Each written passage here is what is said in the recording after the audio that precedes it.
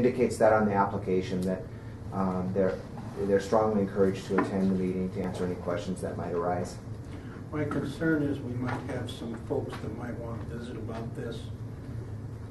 The petitioner certainly is not given an opportunity to discuss with them some of the questions they might have, or what some of the commissioners might have. That's correct.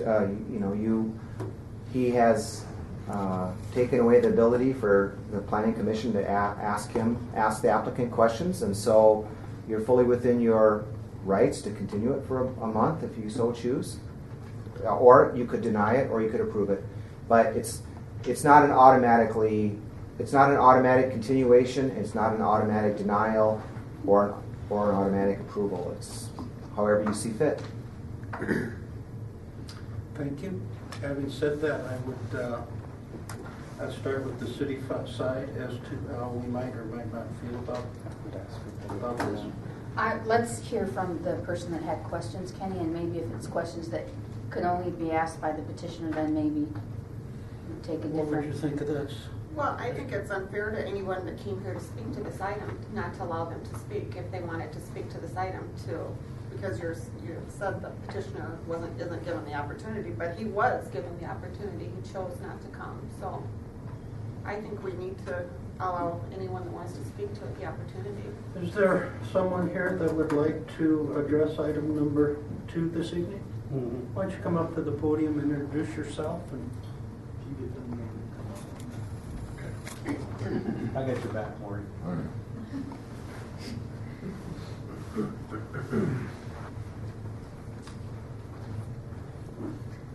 My name is Morris Versteeg, better known as Maury. I have lived a block away from this area for, it will be 35 years in January, so I am pretty familiar with the area. My main concern is the drainage.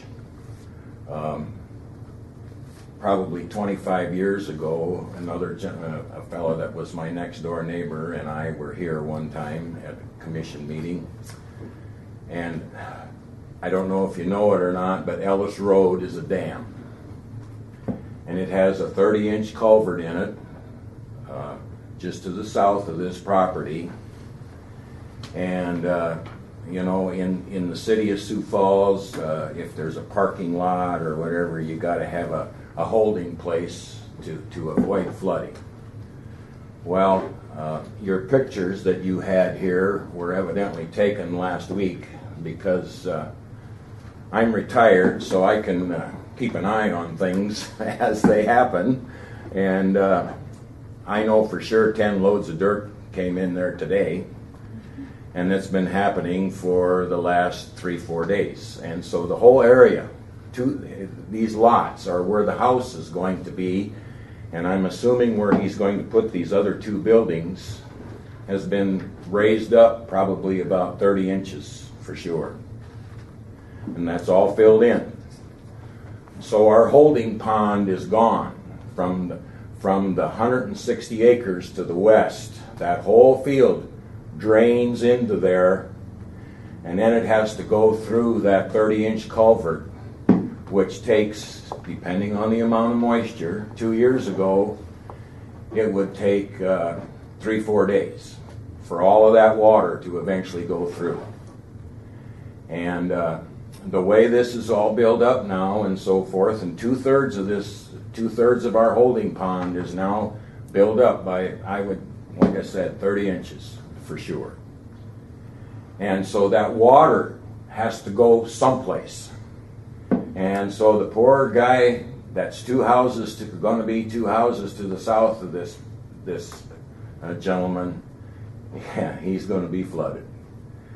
The next guy to the south, his garage is going to be flooded. One of these large buildings that this gentleman referenced to, because that's why they're approving it, yes, that building has been there for 20 years. That could be flooded. And so that's my concern. Now, it could be quite a bit alleviated if we could convince you that there needs to be more than a 30-inch culvert underneath Ellis Road. No, but that's not the issue tonight, but it would help. It would help tremendously. And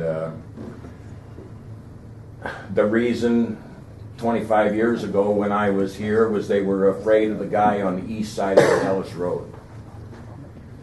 Now, I have farmland myself, and if that corn or soybeans or whatever it is, if it's submerged in water for 4 to 6 hours, it may still survive. If it's going to be submerged in water for 4 to 5 days, up to a week, yeah, it's not going to make it. So, I don't know.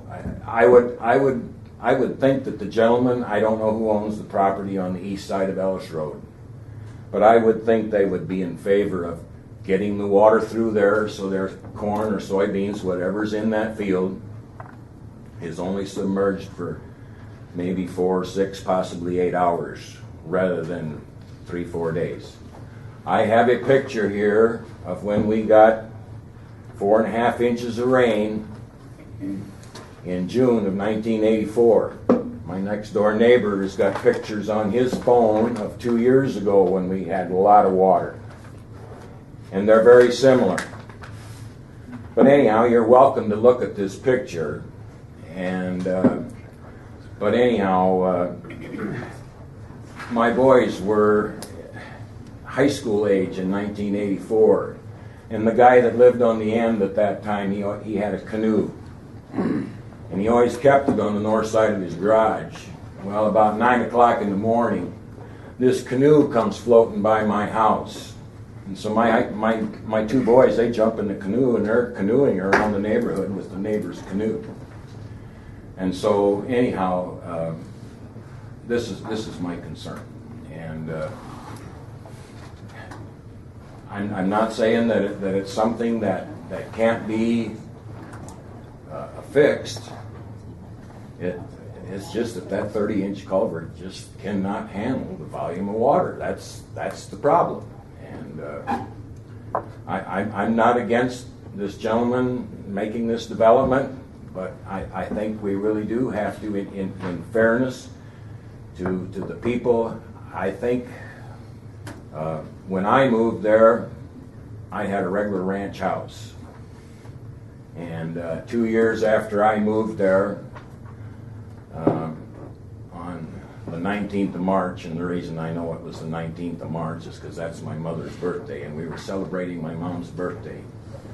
And there was quite a bit of snow on the ground, but we had 3 inches of rain that day.